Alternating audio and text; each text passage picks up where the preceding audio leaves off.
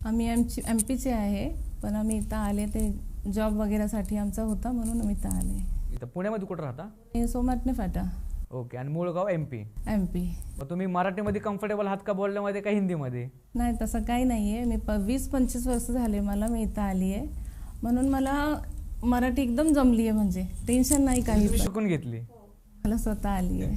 बरं, काय काय कसे कसे अनुभव घडले आणि हा अनुभव कोणाबद्दल आहे? हे बघा, हे माझ्या मुलगीवर आहे. माझ्या मुलगीवर म्हणजे असा आला आहे प्रॉब्लेम की किती वर्ष झाले, त्याच्यात 2-3 वर्ष झाले की ते त्याच्यावर असा प्रॉब्लेम आला. ठीक आहे. आम्ही आले राहायला, आमचं स्वतःचं घर घेतलं. पहिले आमचं दुकान होते, दुकानातून आम्ही आमचं स्वतःचं घर घेतलं पुण्यामध्येच? सोमटणे फाटाला. अच्छा. तिकडे आम्ही राहतो. तर ते घरात आम्ही 2-3 वर्ष झाले आम्हाला राहायला. नंतर हे मुलगीवर असं झालं की प्रॉब्लेम आला ना, की इतका आलं की तो इतका म्हणजे असं वाटत होतं काय करायचं आता. खूप टेन्शनमध्ये आले आम्ही. पहिला कसा होता तो, म्हणजे त्याचा जन्म वगैरे? पहिले खूप हसायचा, खेळायचा, लोकांचे त्रास घेऊन यायचं की अरे तुमचा मुलगा बघा हे गाडी किती फास्ट चालवतोय, तुम्ही लक्ष देत का नाही. हो, तुम्ही फक्त कामासाठी तुमचं बघताय, ते मुलगीवर ध्यान द्या. आणि तो होता चांगला होता, म्हणजे कोणाचा मोबाईल खराब झाला की बनवून देतो, कोणाला सोडायचं असेल तर सोडायचा, म्हणजे फ्री होता, अख्खी गावात फिरायचा. अभ्यास वगैरे सगळं होतं त्याचं. 9th मध्ये होता ना तेव्हा तेपर्यंत चांगलं होता. त्याच्यानंतर 10वी आणि कोरोना आलं ना की त्याच्यानंतर तो झालं प्रॉब्लेम. 2020ला? बरं, म्हणजे काय प्रॉब्लेम झाला, काय कसं काय वागायला वगैरे लागला तो? ते आधी चांगलं होतं, नंतर घरी बसून बसून ते पहिले बाहेर जायचं नदीवर फिरायला, हे ते. अचानक 1-1:30 वाजता घरी यायला लागला. रात्री? कुठं जायचं काय माहिती. 1-1:30 वाजता यायचं घरी, आणि घरी आलं ना की गपचूप राहायचं, बोलायचं नाही काही, आणि गपचूप बसायचं. पण त्याच्या पप्पाने 1-2 वेळा बोलले तू कुठं जातो, कशाला जातो, काय करतो. तर नाही बोलायचं, गपचूप झोपायचं. नाही बोलायचं, नाही माझं असं काही नाही आहे, म्हणजे नाही का. तेव्हा बोलायचा तो. नंतर त्यांना बोलले की तू नाही जायचं बाहेर, आता तू घरीच. वडील म्हणले का? तू नाही जायचं बाहेर, कसं आहे इतका रात्री येतो, मला 6-7 वाजता तू घरी पाहिजे. तर तो बोलायचा ठीक आहे पप्पा. नंतर त्याला झालं काय, तो घरी बसला, त्याचं बोलणं बंद झालं, जेवायचं पण बंद झालं, कपडे सुद्धा अंगावर नाही, एकदम अचानकच वेगळा होत चालला होता. मग त्यांनी बोलले अरे याला झालं काय, आपण बघू. म्हणजे असंच बघत 1-1.5 वर्ष झाले आम्हाला. आम्ही म्हटलं होणार नीट, जाऊ द्या. म्हणजे काय म्हणजे एक्झॅक्टली करायचं काय तो घरात आहे ना अचानक आहे ना कपडे घालायचं बंद केलं पहिले तर. म्हणजे काहीच कपडे नाही घालायचं?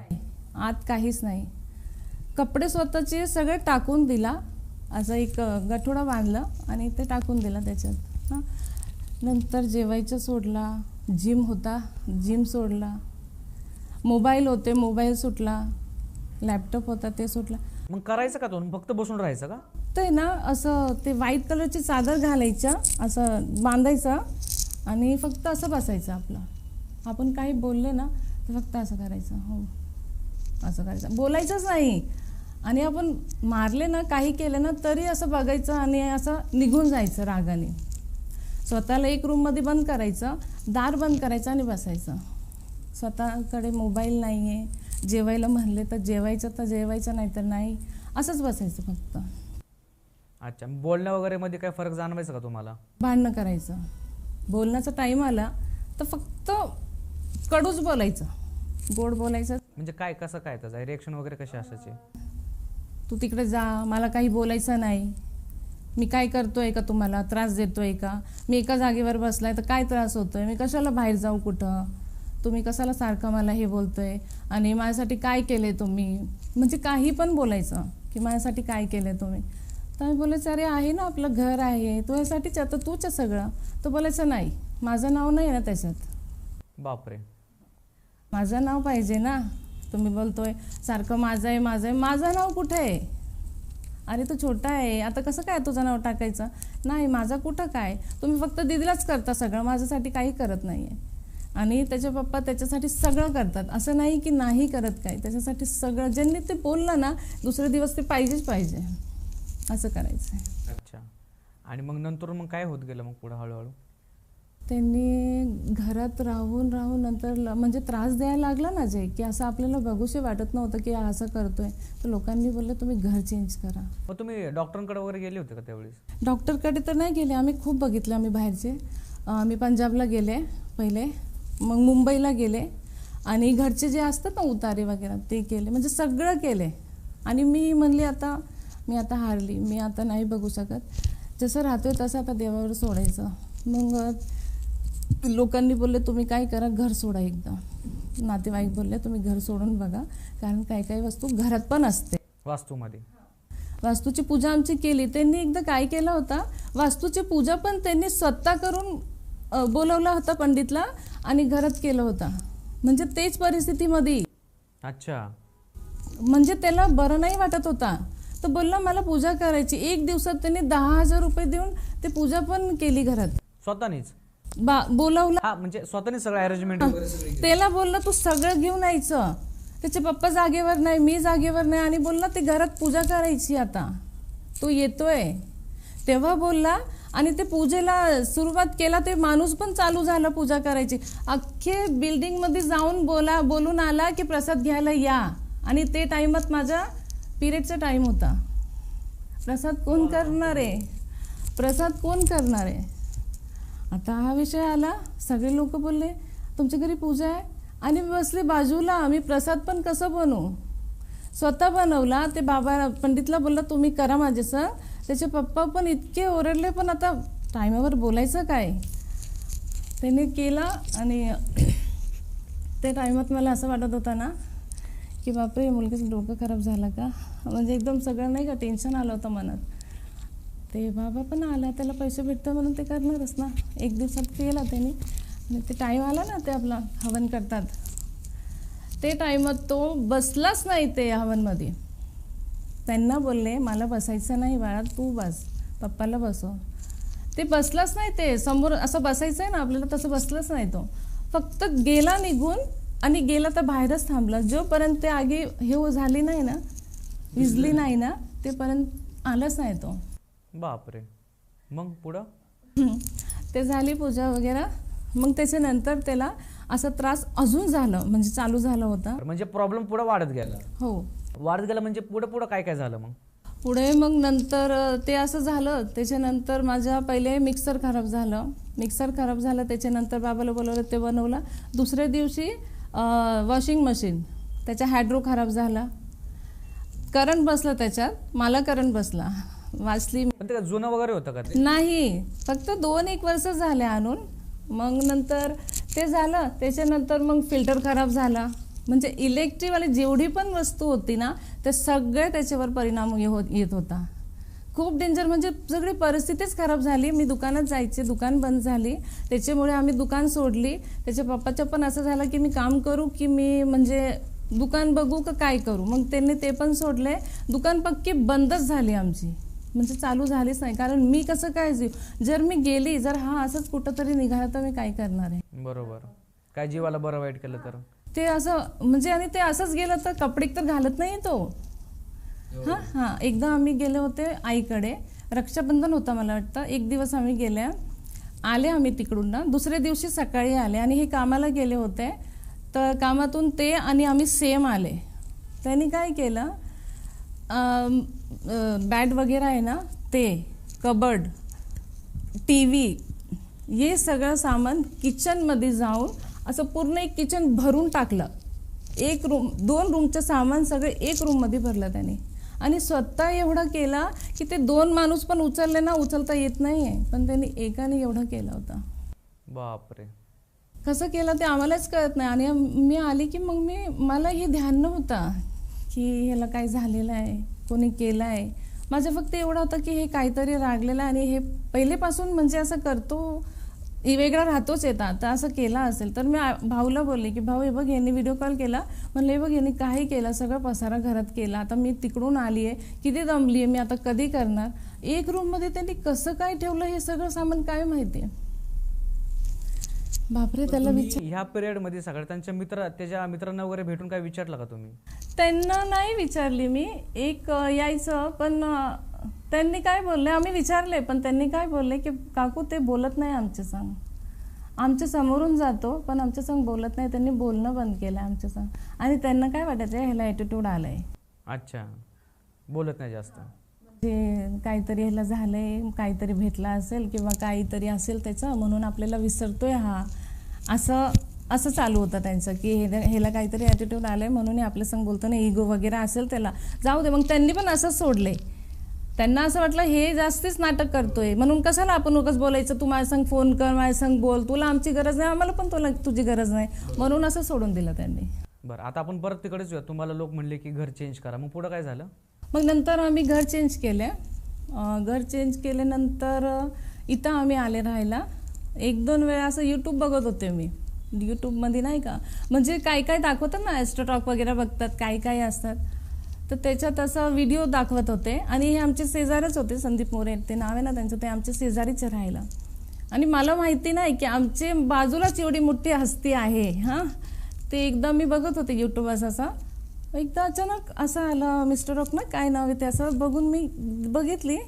तर मी बोलले अरे व्हिडिओ बघावं, कारण की इथं लोकांची अनुभव काय काय झाले ते बघतात ते, आणि ते काय काय ना ते बघते मी. असं बघत चालले.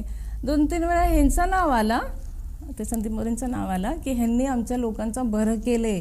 आम्ही जे लोक ते म्हणतात ना असं फसले होते ते सगळे बाहेर निघाले, म्हणजे सगळ्यांची कामं चांगली झाली. अचानक देवाची कृपा असेल, कारण मी इतकं प्रॉब्लेममध्ये आहे, तर देव पण बघतो ना की कुठं तरी काहीतरी पाहिजे, कारण मी सगळं करून बसली होती. मग नंतर ते बघितलं 1-2 वेळा. मग ते तुम्हाला हा प्रॉब्लेम किती वर्ष होत होता टोटल? 2-3 वर्ष झाले होते. 3 वर्ष. 2-3 वर्ष पूर्ण समजा. 3 वर्षानंतर तुम्ही घर चेंज केलं? 3 वर्षानंतर. मला तिकडे 4-5 वर्ष झाले स्वतःच्या घरमध्ये. 2 वर्ष तो चांगला राहिला, 3ऱ्या वर्षाने असं चालू केलं, कारण कोरोना चालू झाला होता. मग ह्यांचं बघून मी बघितले की अरे वा, काहीतरी भेटतंय आपल्या. मग ह्यांचा एक व्हिडिओ वगैरे दाखवला. मी बोलले अरे हे आपल्या साईडलाच आहे राहायला. मग ह्यांना जाऊन मी त्यांना विचारली की बघा तुम्ही असं करताय, मग माझा मुलगा पण असं हे झालंय नाही का, तुम्ही बघा ना त्यांना. तर त्यांच्याकडे गेले की आमचं इतकं समाधान झालं ना की नंतर मला जी मी इच्छा माझी सगळी गेली होती, इंटरेस्ट जे होता मला काय काय मला करायचं ते सगळंच गेलं होतं. आणि नाही का एकदम हारली होती मी. म्हणले नाही, आशा पूर्ण माझी सुटली होती की नाही आता माझा मुलगा काय माहिती बरं होणार का नाही, कारण की मी किती पैसे घालवले, कोण बघणार आहे आता, कुठे देव काय माहिती, जाऊ दे देवावर सोडते. मग हे भेटले ना संदीप मोरे यांचे, इथं गेले. मग त्यांनी आम्हाला इतका आनंद वाटला ना. त्याच्यानंतर त्यांनी एकदा औषध दिला. तुम्ही भेटल्यानंतर त्यांना काय बोलले होते तुम्ही? आम्ही त्यांना बोलले बाबा बघा आमचा मुलगा असं प्रॉब्लेममध्ये आहे, आता तुम्ही करा काहीतरी, नाहीतर माझी तर आशा गेलीच. आणि आता मला असं वाटतंय की मी जगात राहू की नको राहू, कारण मुलगा आहे तो, पुढे कोण बघणार आहे. हा एकच मुलगा आहे. त्यांच्याकडे आम्ही त्याला सगळ्यांना बोलले, त्यांना असं मिळून आम्ही बोलले, तर त्यांनी बोलले तुम्हाला 100% नाही 1000% तो नीट होणार. मग त्यांनी सांगितलं का प्रॉब्लेम काय झाला ते? हो, त्यांनी बोलले की तुमची घरचीच म्हणजे एक बाई आहे, कुटुंबातलीच आहे एक. तर आता म्हणजे बघितलं तर आम्ही आहे, आमचे लोक म्हणजे आमचे आहे, प्रॉब्लेम आहे काही ना काही, प्रॉपर्टी वगैरे असेल त्याचा आहे. तो पण त्यांनी असं बोलले ना आम्हाला, तर इतका आनंद झाला ना की तुमचा मुलगा 100% होणार आहे नीट, म्हणजे 1000% होणार आहे. हा, पण ते सांगितलं का की मुलाला काय झालं? ते सांगितलं काय झालं मुलाला? तेच ना, त्यांनी कोणी कुटुंबातली केली आहे बाईनी आमची, त्याला बांधली, कारण की ते आमच्यावर जळती आहे. काय वाटतं तिला की यांचा नीट कशाला होतोय, चांगलं छान कशाला होतंय, कारण की त्यांची मुलं जागेवर नाही आहे, आमची मुलगी जॉबवर जाती आहे, आणि तो पण स्वतः शेअर मार्केटिंग असतात ना ते करायचं. अच्छा. दोन्ही मुलं आमची चांगली परिस्थितीमध्ये आहे, त्यांची मुलं चांगली नाही आहे. अच्छा, मग पुढं काय झालं? त्याच्यानंतर ह्यांचे संग आम्ही संदीप मोरेला सांगितले. त्याच्यानंतर त्यांनी एकदा औषध दिला. त्या औषधमुळे त्यांनी थोडा तोंड खोलला, बोलला काय काय वस्तूसाठी, रागाने बोलला पण बोलला. काय बोलला तो? माझा लॅपटॉप खराब झालाय, किती वर्ष झालंय तो असंच पडलाय, बोलता बोलला. आणि ते पहिलेवाला जे घर होता ना आमचा, ते सारखं ते घरात जायचं बोलायचं की मला तिकडे जायचंय, मला तिकडे जायचंय. तो बोलले अरे तिकडे नाही जायचं, आपण दिले घर दिले आपण तिकडे, आता तिकडे नाही जायचं आहे आपल्याला. तो बोलला नाही मला तिकडे जायचं. मग एकदा काय केलं, चावी घेतली आणि गेला आणि तिकडे बसला जाऊन. तर ह्यांनी कॉल केले, कॉल नाही उचलला, बोललाच नाही काही पण. नंतर बोलले की बाबा तू फोनवर तू बोलत नाही आमच्या संग, का बोलत नाही, तुला आवाज काढायचा ना, तू कुठं राहतो काय करतो, आम्हाला हे होतोय, तू गेलेला किती 5 वाजता, आता 8 वाजले, तू येत का नाही आहे, असं बोलायचं. घरी बसूनच बोलत होते. तो बोलला की नाही तू, म्हणजे असा एकदम आवाज आला त्याचा की नाही मग तुम्ही मेसेज करायचा ना मला, फोन नाही करायचा, मेसेज करायचा, कारण माझ्याकडे पैसे नसतात त्याच्यात, मी कसं काय बोलणार. तेवढं झालं. मग अचानक बोलला माझा लॅपटॉप पण खराब आहे पप्पा, आणि काय गाडी पण बनवून द्या, कारण मला कधी पण लागली की काय करायचं. आणि ते 10वीचा 10वीचा तुम्ही बोलत होते एकदा कोणतरी मित्र आहे, म्हणजे हे सगळं त्यांनी फक्त संदीप मोरे आम्ही त्यांच्या संग भेटले ना, फक्त तेवढं भेटले तरच एवढं बोललं त्यांनी की हे सगळं म्हणजे नाही का शेअर केला की मला असं म्हणजे बोलायला लागला. ते बोलला ना तेवढा. मग नंतर ह्यांनी बोलले हो ठीक आहे आपण करू, तुझा मोबाईल पण बनवून देऊ, सगळं करू. ते टायमात त्यांनी मोबाईल चालू करायचा चालू केला. व्हॉट्सअप बंद झाला होता, इंस्टाग्राम बंद झाला, FB वगैरे जे सगळं लॉक करून त्यांनी ठेवला होता.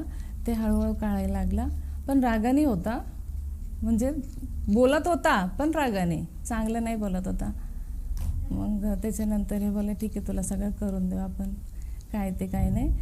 बसला. मग थोड्या दिवसांनी ह्यांनी औषध दिले आम्हाला. एकदा औषध दिले तर एकदा औषध खाल्लं त्यांनी. पहिले तर नाही बोलत होता, बघून असं बोलत होता मला नाही जमणार नाही. तर ते औषध त्यांनी खाल्लं नाही बोलत होता. पण त्याच्या पप्पांनी काय बोलले, तुला पायल्सचा प्रॉब्लेम आहे ना. आणि मी बोलली अरे मी त्यांना रात्रीच बोलली होती की तुम्ही असं बोलायचं की तुला पायल्स आहे म्हणून ते औषध आपण आणलेली, जर तुला नाही खायचं तर तू बस, मग असं तुला त्रास होईल. तर त्यांनी एक औषध म्हणजे खाल्लं, त्यांनी दिले ना ते एकदा खाल्लं. मग ते दुसऱ्या दिवशी ते संदीप मोरे ते आले आमच्या घरी आले. मग त्यांच्या समोर तर थांबलंच नाही.